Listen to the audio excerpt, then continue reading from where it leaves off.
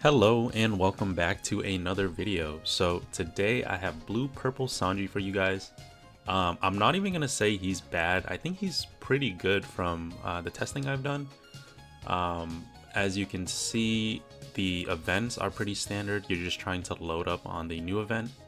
This new card is actually really busted in my opinion, especially with your leader ability being able to use it, donning down one. This card's really the main card that I use off of Sanji's leader ability, so definitely want to max out on these. And then maxing out on OP Gum Giant. I can't believe this card's not banned yet. And then obviously the new searcher that came out for Sanji. So the difference that I added in here was I wanted to include Hell's Judgment, just because Sanji's worst matchup is actually Zoro, right? And that's really tough because Zoro is the deck to beat this format. And I found that Hell's Judgment helps defend your bodies really well. And so I saw some people including like a one of, but I think it's really important that you see this in those tough matchups. And so that's why I have a two of in there. And then one of the beer Luffy's, just because even though he's super nice, he's nice to have. He's not the win condition of this deck. And I built this deck actually around the Vinsmoke engine. Honestly, I have Chopper in here, but you can really replace him just because through testing, I didn't really find the need to use him that much, just because he's not searchable. And when I did have him, I just used him as counter, right? So I would probably replace him with like Sora, just because you want this Reiju to hit when you do play her down. And this Sora being a 2k is super nice. And then at worst, you can play her down, ramp up one Dawn, and then draw a card, right? So like if you really need a filter, the Sora is really good for that. And then this Reiju's really good. I like her a lot just because even if you miss on the search, she's still dumping events in your trash, so that your Sanjis just get bigger and bigger a lot faster.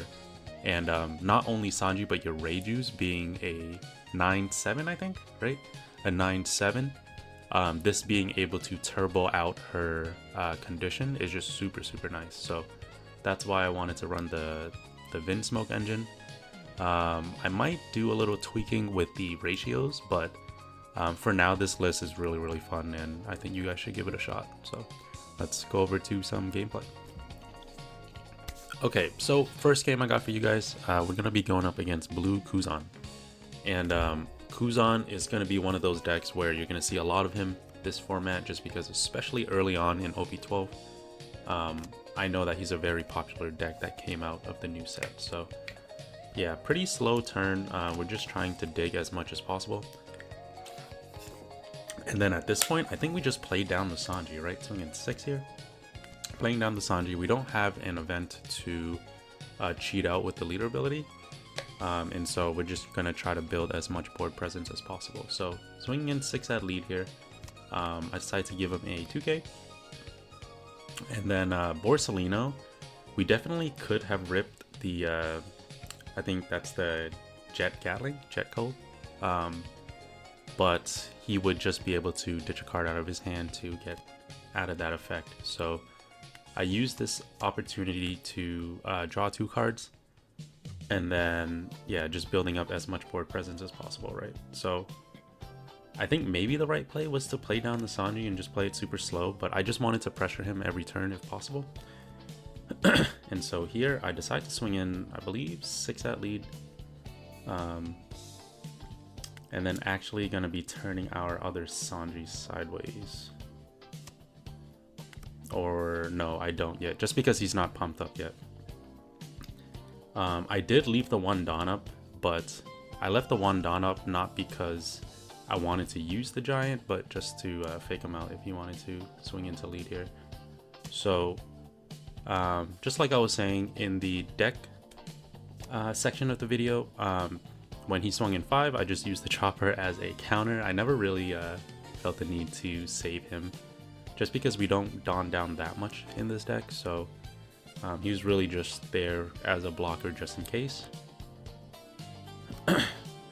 And then obviously getting hit with the pudding feels really bad, right? So And this is why I like Reiju so much. So now we have the Sanjis developed, and now we're able to use the pudding, find the burst, and then draw 2 cards. And at this point, I think I used the Reiju, just tried to dump events in the trash at this point, just because these Sanjis are going to be our win condition, because Kuzan's going to have a really hard time removing them from the board. Because I know that Kuzan really likes to play on curve, and if he wants to drop down his big bodies, that means that he can't swing super tall into our Sanjis. So at this point in time, I'm really going to hard defend our Sanjis on board, and so I do leave the Dawn up for the Gum Gum. This time, if he forces me to use it, then I will. Yeah, but the next couple turns, we do have a couple of Reijus coming up, including the 4 or the 9/7 blockers, and that's really just going to be the writing on the wall.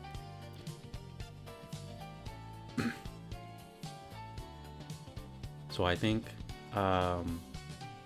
obviously we are really scared if he has like a Garp play, because this deck does lose to a lot of tall bodies being able to swing into the Sanjis over and over again. But I think at this point in the game, we're just so ahead in board tempo. And I messed up there. I should not have countered with the blocker Reiju. Instead, I think I should have just played down, or countered with the 2k, just so I can play down 2 7k blockers next turn. And that really would have been tough for him to deal with, especially because he didn't find the Garp, and so he's forced to use the just the Sakazuki here. Yeah, he's just way too far behind in board tempo at this point. And now, even though he has like 11 cards in hand, we should be able to pressure out a lot of cards, being able to swing a ton. And then he probably swings in 6 into our Sanji here, finally giving him that 2k. And now swinging in 5 into the pudding. If he wants to give the free block, that's good for us, because then we're just gonna switch gears and then go for his life instead.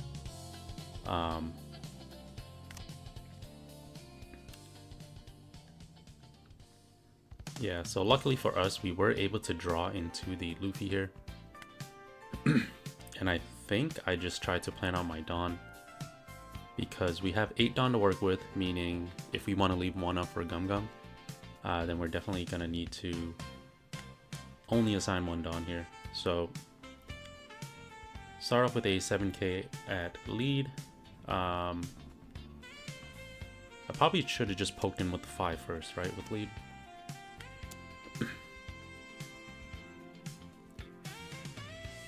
Yeah.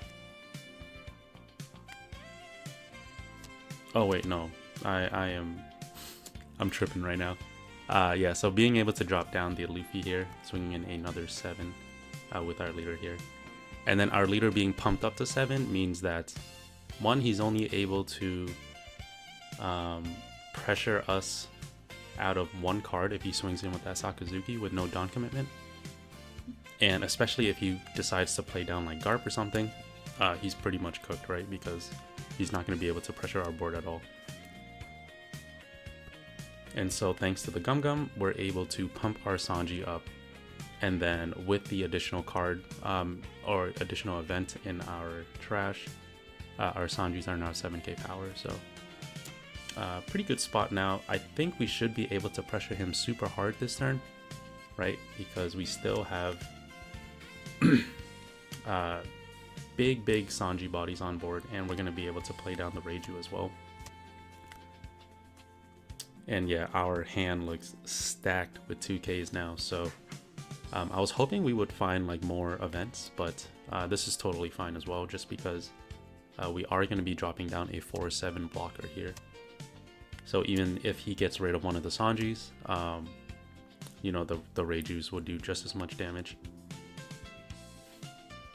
So I contemplated whether or not to be greedy with my Dawn, but I decided not to, just because if he did have a 2k, this would punish us pretty hard, because then he'll be able to save that ice block for next turn. So yeah, I decided not to feint any events, just because we don't need to. We have so much board presence that he is on the back pedal, right? So we don't have to make any crazy plays here. And he just scoops it up just because looking at his hand, he is absolutely bricked up, can't use the gravity blade, and his only play would have been like a Kuzan into Borsellino, but then that means that he just won't have enough counter to deal with the rest of our board. So yeah, able to get a pretty easy win against Kuzan here. Okay, so next game I got for you guys, we're just going to be going up against Green Zoro. And Zoro definitely is our toughest matchup this format.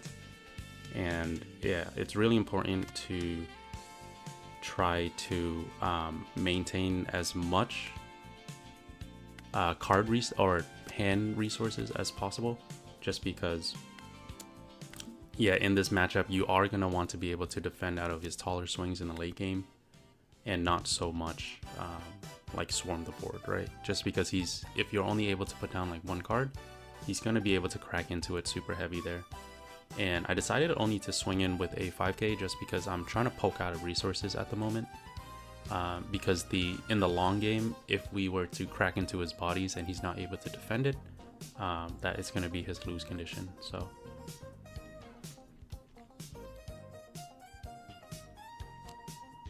he does play down 2 blockers here. Actually doesn't swing, very surprising. But we do play down the blocker Reiju at this point, just because now playing down the blocker Reiju, we are able to pump her up to 7k now that we have 4 events in the grave. So swinging in 6 at lead here.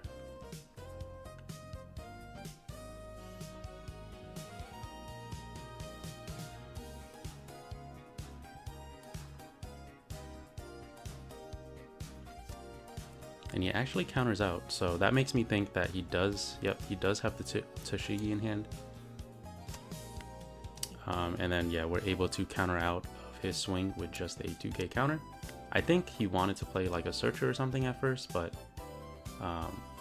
decides to attach that Dawn to swing in 9 at lead. So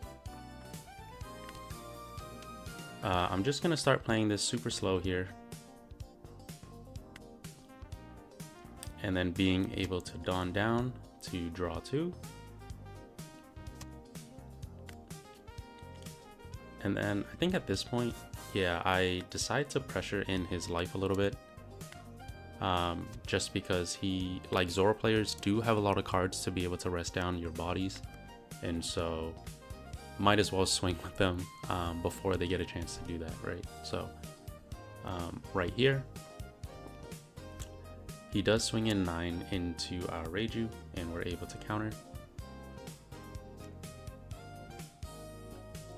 And then obviously just going to be taking that 9k swing that he swings into life here. So he decides not to swing with his TCG. I think that tells me that he doesn't really have too much counter to work with.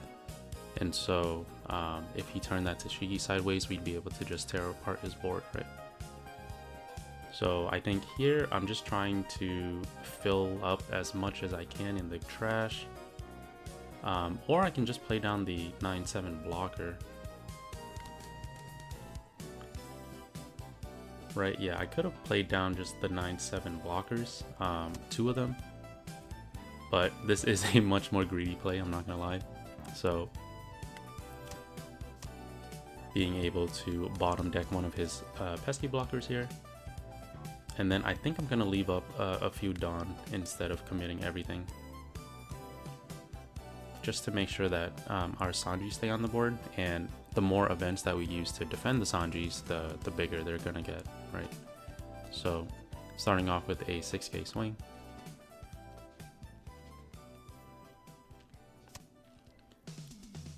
And then yeah, we do have 2 Dawn to work with, so probably gonna give him another 6k swing here, and then 2 7s. Yeah, so if he blocks with the Mihawk here, then we're just gonna swing in with the Reiju. But if he doesn't block with the Mihawk, then we're just gonna leave our Reiju standing. But definitely the right play would be to block with the Mihawk, just to force us to turn our Reiju sideways if we want to pressure him anymore. Yeah, so now swinging another 7 at his lead.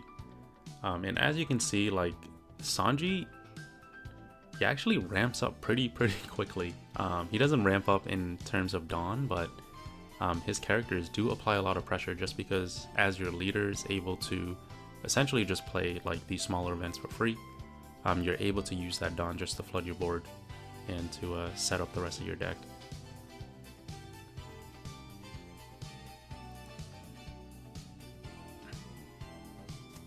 So he does give us the blocker on the 7k swing.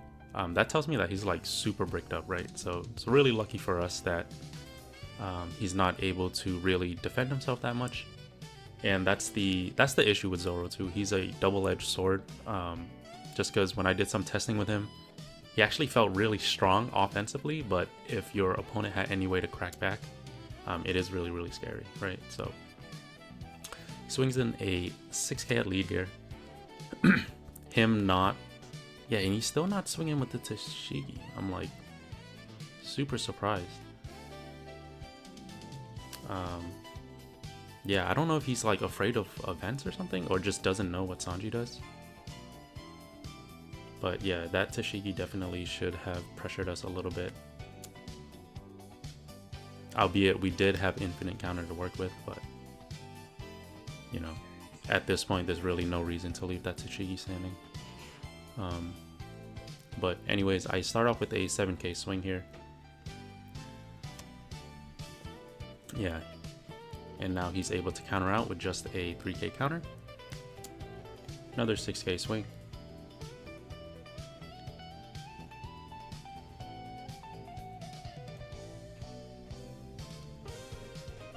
Yeah, just because I want him to over counter at this point. So yeah, him blocking with a 6k swing tells me that he probably doesn't have a 2k in hand. And so as much as possible, we just want him to over counter.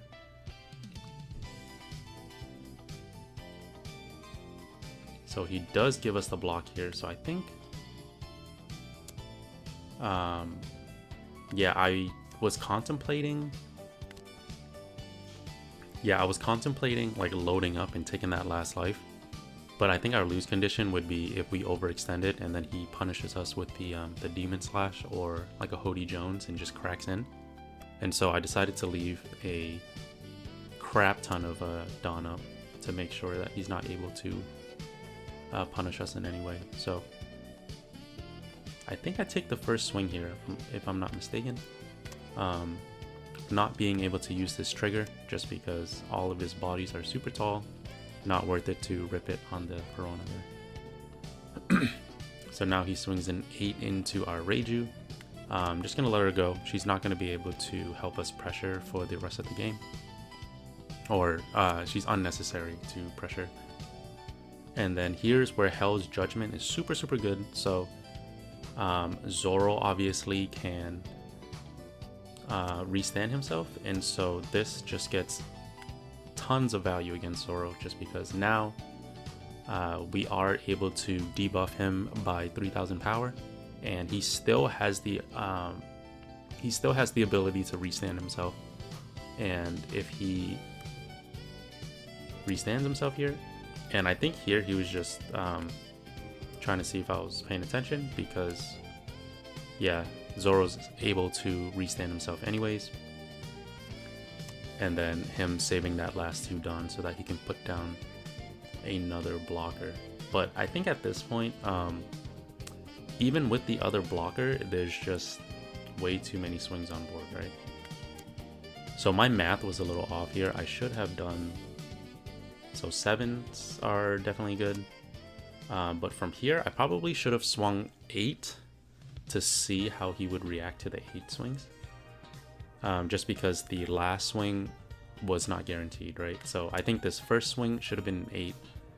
And then the next one could have been a 9, right? But now I'm able to red rock, swing in for 5, and then forcing him to have that 2k and 1k.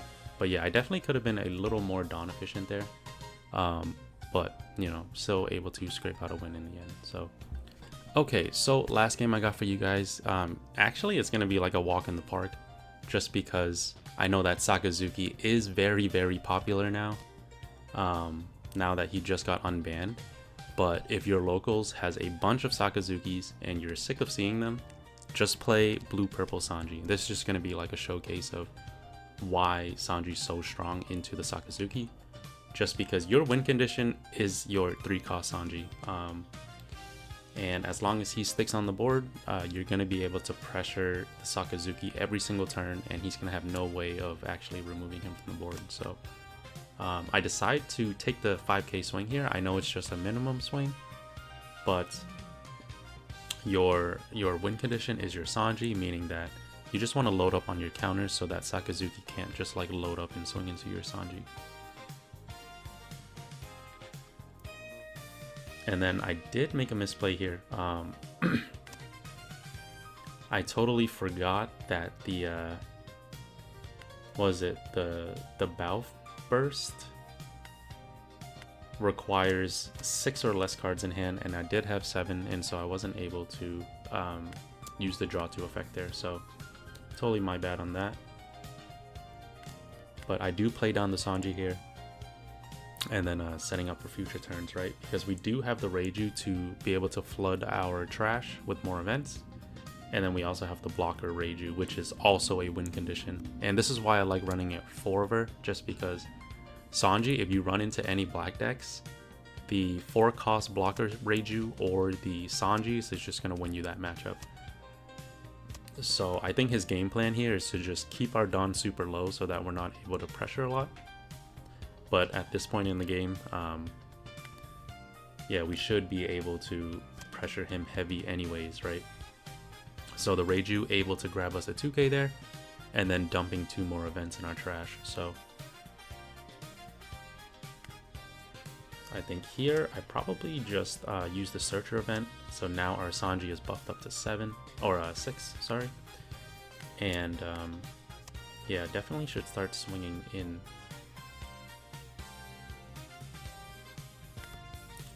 Yeah, I think I got scared, but looking back, I definitely should have just swung in.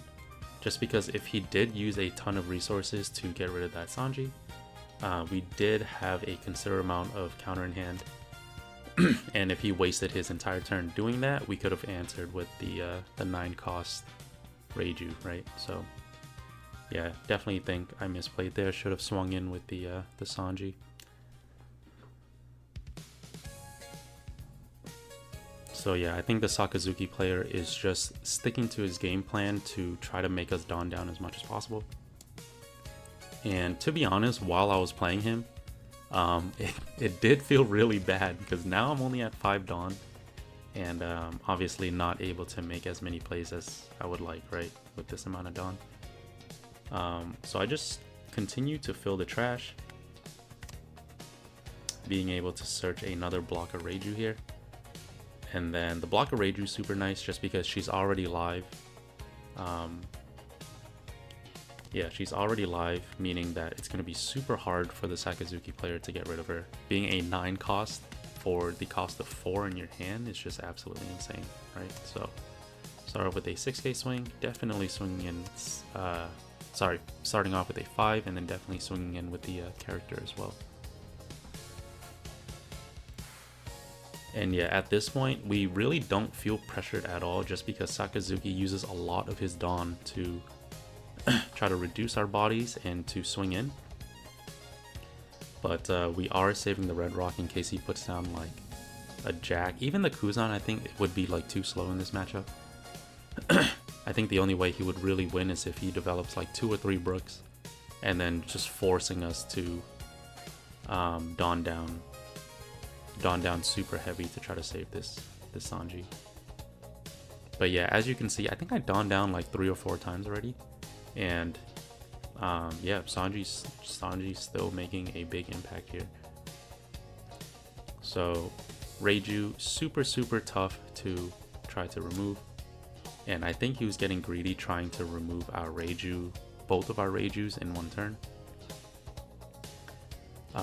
But I don't make it easy for him. I give him the 2k here for his swing. Just because our Reiju being at 5 cost, He is not able to kill it just yet. But now, yeah, now that the Reiju is just a 3 cost, you will be able to pop it with just the Brook, right? So